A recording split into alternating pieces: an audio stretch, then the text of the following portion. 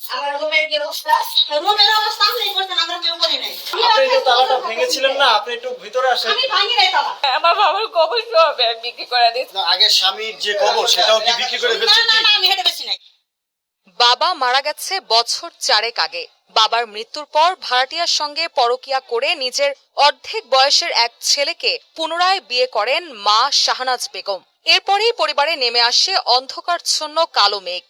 সৎবাবার সহযোগিতায় মা কর্তৃক প্রাণনাশের হুমকির, মারধরের শিকার ও মৃত বাবার কবর বিক্রি সহ অত্যাচার ও নির্যাতন শুরু হয় 3 ভাই বোনের ওপর। পাশাপাশি নিজের বাবার রেখে যাওয়া বসতবাড়ি থেকেও মারধর করে বের করে দেওয়া হয়। এমনকি বাবার রেখে যাওয়া পৈতৃক সম্পত্তি থেকে বঞ্চিত করা হয় তাদের। গাজীপুর সিটি কর্পোরেশনের 22 নং ওয়ার্ডের বাংলাবাজার বাহাদুরপুর এলাকায় এক সংবাদ সম্মেলনে এমন বিস্ফোরক অভিযোগ করেন ভুক্তভোগী পরিবারের বড় মেয়ে মর্জিনা আক্তার সহ 3 ভাই বোন। সংবাদ সম্মেলনে ভুক্তভোগী বড় মেয়ে মর্জিনা আক্তার অভিযোগ করে বলেন, তাদের বাবা আব্দুল মজিদ খানের মৃত্যুর 2 বছর পর তাদের 52 বছর বয়সী মা শাহনাজ বেগম নিজ বাড়ির ভাড়াটিয়া 26 বছরের ছেলে রায়হানকে পুনরায় বিয়ে করেন। বাবার মৃত্যুর আগে ছেলে মেয়েদের নামে লিখে দেওয়া বাড়ি সহ জমি দখলের চেষ্টা শুরু করেন মা শাহনাজ বেগম এবং সৎ বাবা রায়হান। তারা দাবি করেন তাদের বাবার কবর সহ জমি স্থানীয় আতিকুল ও হারুনের নিকট বিক্রি করে দেন তাদের মা। এছাড়াও স্থানীয় কিছু সন্ত্রাসীদের মাধ্যমে মারধর করে বাড়ি থেকে বের করে দেওয়া হয় বলে দাবি করেন তারা। আমরা তিন ভাই, কেউ নাই আমার পাশে দাঁড়ানোর। এক চাচা এসে দাঁড়াইতো, সেই চাচার নামে মামলা দিয়ে রেখে দিয়েছে। চাচা পর্যন্ত আসতে পারে না। চাচতো ভাই আসে নাই কোনো কিছুতে, তাও চাচতো ভাইয়ের নাম দিছে। যেই হাজবেন্ড আমার সাথে ছিল সেই হাজবেন্ডের ভুক্তভোগী করছে। এই ছেলের কি দোষ? আমার মা প্রতিনিয়ত ওরে বকাবাজি করে খারাপ ভাষায়। আমার বাবার কবর হবে আমি বিক্রি করে দিয়েছে। বাবার কবরটাও নাই, আর বাবার কবরটাও আমি রাখতে পারবো কিনা আমি জানি না। ওনার প্রতিনিয়তই ঠেট দিতে থাকে। ওনারা মাঝখানে ওই জমিতে যখন বাধা ক্রিয়েট করছে, 10 লাখ টাকা চাঁদা দাবি করছে। এটা নিয়ে আমার কমপ্লেন করা আছে। বাসায় এসে ভাঙচুর করে। লেস অয়েল অ্যাবজর্ব করে আপনার পরিবারকে রাখে হেলদি। ফুড গ্রেড ম্যাটেরিয়ালে তৈরি যমুনা কুকওয়্যার। এ বিষয়ে তাদের চাচা দেলোয়ার হোসেন জানান, তাদের মা শাহনাজ বেগম এবং সৎ বাবা রায়হান মিলে দীর্ঘদিন যাবৎ তাদের উপর মারধর ও নানাভাবে নির্যাতন করে আসছে।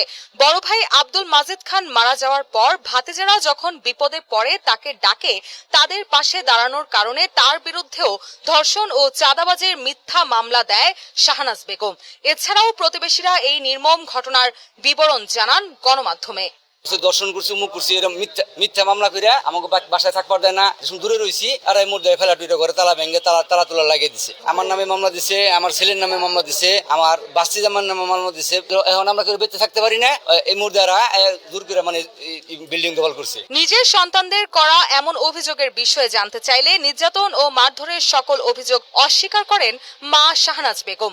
উল্টো সন্তানদের বিরুদ্ধে অভিযোগ করেন তিনি। এছাড়াও আর কোনো কথা বলতে রাজি হননি।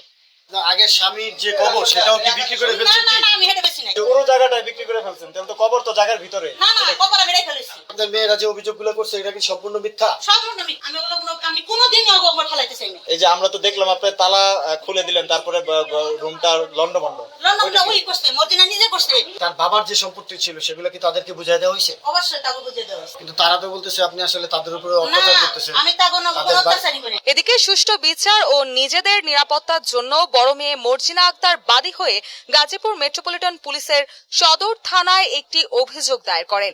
গাজীপুর সদর থানার ওসি আমিনুল ইসলাম অভিযোগের সত্যতা নিশ্চিত করে বলেন, মা ও সন্তানদের মধ্যে পৈতৃক সম্পত্তি নিয়ে বিরোধ কোর্টে মামলা চলমান রয়েছে। মেয়ের পক্ষ অভিযোগ দিছে, আর হলো ওই মহিলাও আবার তার 2 মেয়ের নামে আদালতে মামলা করছে। এটা কোর্টে মামলা চলতেছে। মানে বিষয়টা হলো যে এর বাবা মারা যাওয়ার আগে এদের 2 বোনকে একটা ঘর এবং জায়গা লিখে দিয়ে গেছে, আবার তার স্ত্রীকেও লিখে দিয়ে গেছে। স্ত্রীর নামে যেটা লিখে দিছে সেটা আবার সে আবার বিয়ে করছে, তার চেয়ে একটু বয়স কম এক লোকজনকে বিয়ে করছে। হয়তো বা সে প্ররোচনায় পড়ে এই জায়গাটা অন্যজনের কাছে বিক্রির জন্য বায়না করছে। এখন এটা যখন সে বিক্রি করে দিবে তাহলে সে থাকবে কোথায়? এখন তার কথা হলো যে আমি তো ওদের মা, আমি আমার এই স্বামীর সাথে তো সংসার করতে গিয়ে এই ঘর দুয়ার গুলো করছি, আমি এখন এই ঘর দুয়ারে থাকতে চাই। আর মেয়ের পক্ষের কথা হলো তুমি তো বিয়ে শাদী করছো, আমরা তোমাকে এখানে রাখতে চাই না। এই নিয়ে হলো দ্বন্দ্ব আর কি।